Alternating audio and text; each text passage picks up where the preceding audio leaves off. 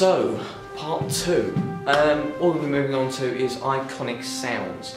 Now, throughout the history that I just gave you of Thriller, you'll find that thrillers always have some kind of sound. There's always a particular beat to the films.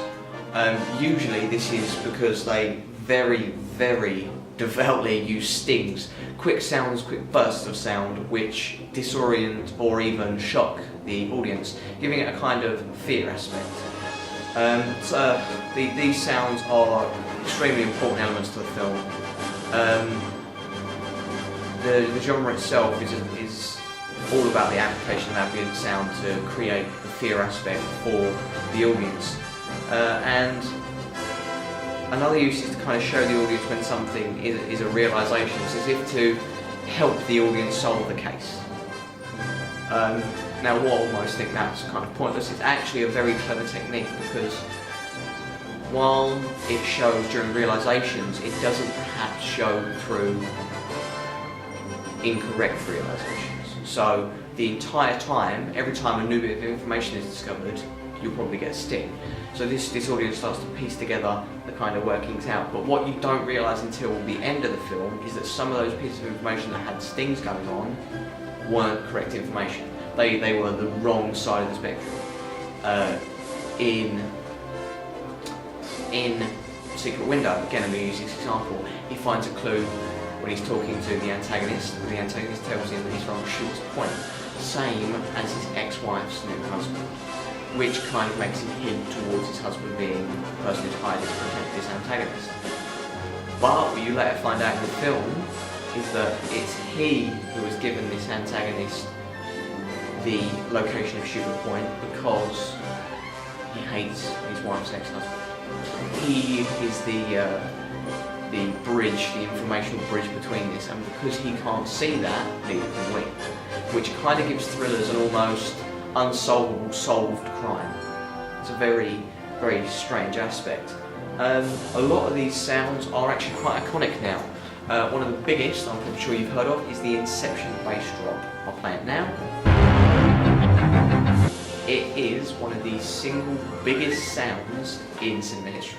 Ever since Inception came out in 2010, directed by Christopher Nolan, it has been used repeatedly over and over again because it is such a bassy sound. It's such a sound that draws emotion from the audience because it's always sudden, it's shock, and it's always a fear tactic because it's so powerful. You don't know what's going on, something's so big and you can't see it. It gives you that excitement, that anticipation of what's about to happen. And another big one that used to be used, and is still used some days, and not just in thrillers anymore, is the Wilhelm scream.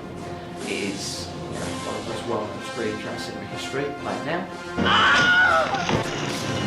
It's actually used more times than you think. It sounds very basic and very, in essence, schoolworky, but it is very overused. You do not understand how overused it is. It's played in so many films. Star Wars even uses it, the originals, and it's even shown once or twice in some modern films. It's a big sound, and because it's been used so much, it just becomes expectation for a thriller, so you don't actually hear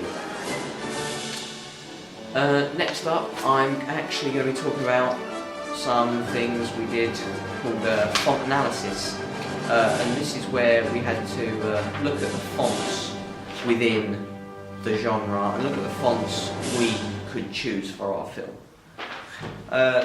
Again, the font is a very important aspect of the thriller. The font makes the film. If the font is off, it will bug the audience and they will pick it out every time.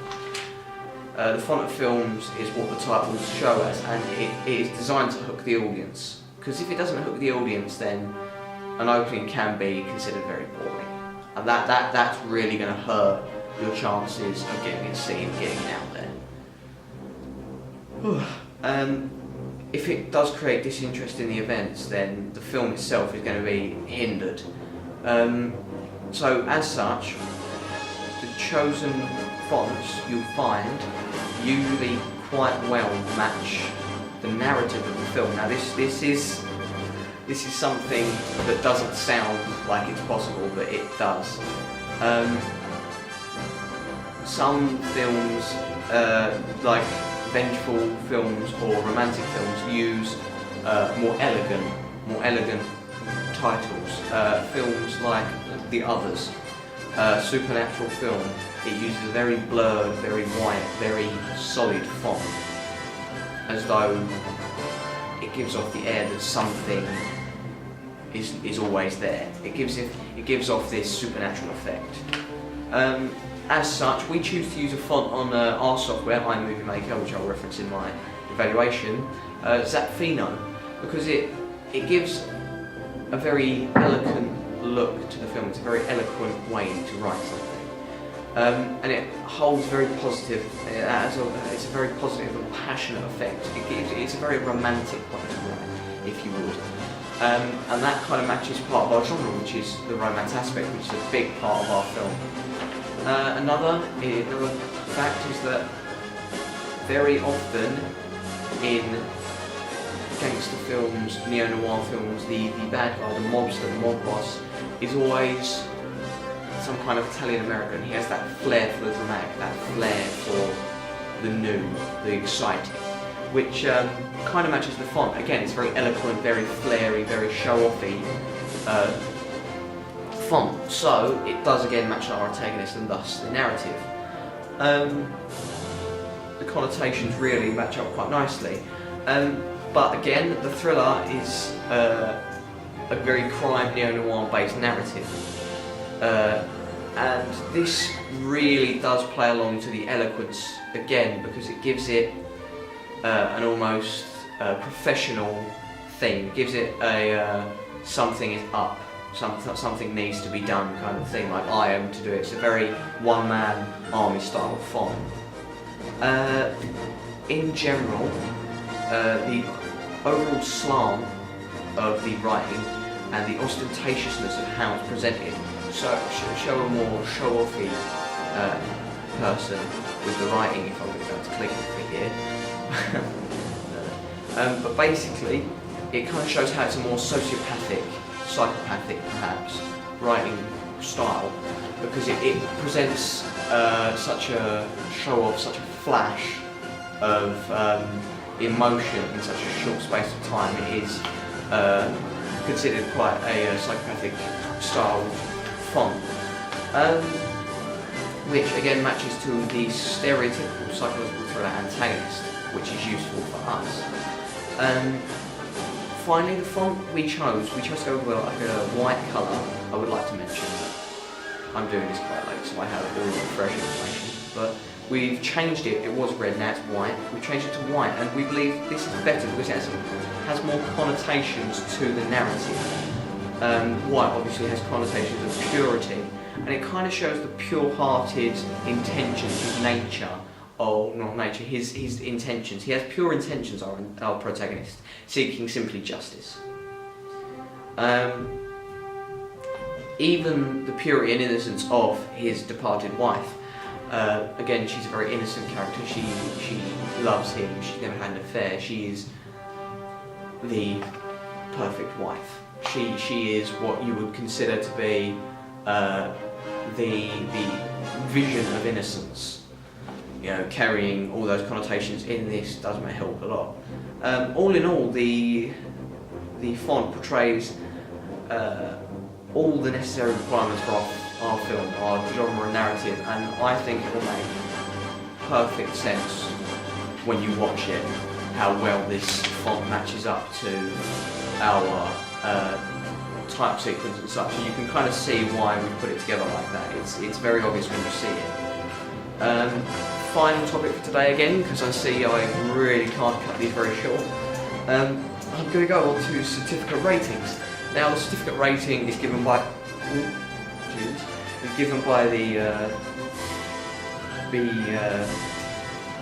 BCCF. They rate all films depending on their level of various aspects. Certificate ratings are all based on the content, and they are designed simply to protect children of certain ages from unsuitable and even harsh content in films and videos. You see games like Call of Duty, they're 18. That's because you don't want anyone younger than 18 really playing such a violent game where you kill people and get positive reinforcement for that. That's not for a young child, that's for an adult who knows what is right and what is wrong. The film content is actually checked for levels of various elements, including sex, discrimination, drugs, intimate behaviour, language, nudity, and threat to the psyche and violence. These are all dependent on how the viewer will feel afterwards. So when chosen, our audience must coincide with these factors. First, sex. Our film contains no real sexual activity, or would contain no real sexual activity. None would be shown. So this kind of brings down the level. So by removing that completely, we know it can't be 18. That, and depending on the level of violence, push it up to an 18. And now we can bring that down. We're looking closer towards younger ages, 12A, 15U even, going right back, depending on the rest of the film. Discrimination, and again, because of the genre and that, the discrimination isn't a big factor, because neo-noir as a genre doesn't focus on discrimination. In almost all neo-noir films, everyone kind of coincides with each other. There is no discrimination between the poor and the rich, or races. So that again brings the level right down. Drugs, now we don't reference drugs. Our film is not about drugs, we don't have anything to do with that. Because again, it's such a controversial topic to bring into a film, and we're basing off a teenage kind of genre. So what we're going to do is completely remove drugs as a topic. Imitable behaviour. This is behaviour that can be repeated and perhaps shown to young kids for them to be able to learn how to do it. This is where it starts to push the level back up. We do show some imitable behaviour, but it's shown in such little detail that a 15 would be a more suitable level. See, our film, we purposely, at the end of the film, to in essence get justice for the main character, he doesn't hang the antagonist. But we show how it's done in such little detail that it technically doesn't count, or it technically is, but really isn't imitable behaviour. So luckily we can get away with 15 on that level. Nudity, again, because of the style and thriller aspects of the film, there perhaps will be some nudity which will push up the level. We're going to try and keep that to a minimum. That in the film that would be kept to a minimum though, so that would still keep us at 15. Luckily there's none in the opening. Threat to psychological stuff. Whilst there is a threat to the psyche, because it will be violence, sadistic, perhaps torture methods will be seen. Again, with the use of shadow of thrilling, you can hide the worst of it, so our film would stay at 15. And finally, violence. See, this is where it gets big. Our film would, because of the style, be a very violent film. This would mean that we're going back to something like a 15, going definitely at least a 15, perhaps 18. But from the other categories, I can safely say that we're probably stuck at 15. All in all, I'm looking for an age group from around 15 to 21, 15 being our certificate rating and 21 being the average age for thriller watchers. This all kind of this all kind of links into our target audience research, which I will actually playing seeing as this is probably just split itself into two files. I'll say it now. I'll quickly go into a little bit about our target audience and then I'll end it there. Our target audience is restricted by the genre and by our age certificate, as I just said. The psychological thriller as itself, while attracts both male and female demographics, has a very short age range. You're looking early to mid 20s, perhaps late teens. Looking 18 up to about 24, really, to be completely and utterly truthful. This means we're primarily looking at a younger audience, and also we've decided to put in a noir style. This means this would counterbalance the romance, so we will have a very balance the romance and will coincide with the action. So we'll have a very balanced overall population between men and women. You're looking at about 50-50, perhaps 55-45 percentage male to female. But it also means we're probably looking at uni students and perhaps anywhere between year 11 to uni you're looking at. So students are looking for something to do quite a lot of the time. That gives us a perfect target audience because this will be their fix, their way to use up their time. But moving on, this means we do have some expectations in our film. Specific conventions have now become expected of the genre by its very specific audience.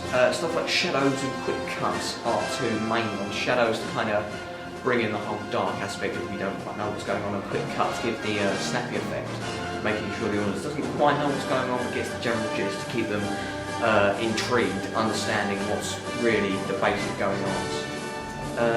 Various angles of shots are very big ones because this allows us to go for a 360-degree perspective of the surroundings, and this really gives an insight into how you can really think about the character and his surroundings. Gives you a real insight into how the person actually is. And these are probably all going to be expected by our audience. This and another one would probably be being at the mercy of the antagonist, which our film does have due to the storyline. So these are all kind of going to be expected, or would be expected in a film in our genre and from our opening. Our film does have many of these expectations. We have tried to fit in as many as possible. Firstly, we have an unknown antagonist, and we can tell by the narrative and how the protagonist acts that the cause of his distress is via the antagonist's action, so he does get put at the mercy of the antagonist. Also, we have a large amount of shadow cast because of primary light sources like the fire in the opening that we'll see. This again gives the sort of dark aspect of the character. Like what is his problem? Why is he so, locked away? Why is he so pulled up? And this all really gives us a look into the protagonist's eyes. We do quite heavily use shadows, so you're going to see that quite a lot. But finally, our film has a lack of dialogue.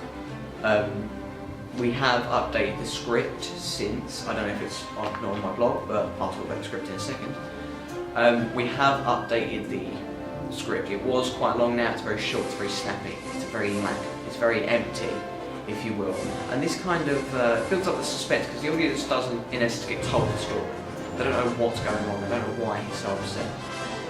You kind of have to deal with what you see and make your own assumptions, which gives the audience some interesting views into the film and kind of gets them engaged to see if they're right or not. So I'll leave it there for this vlogs, and I'll come back straight after with the next topic.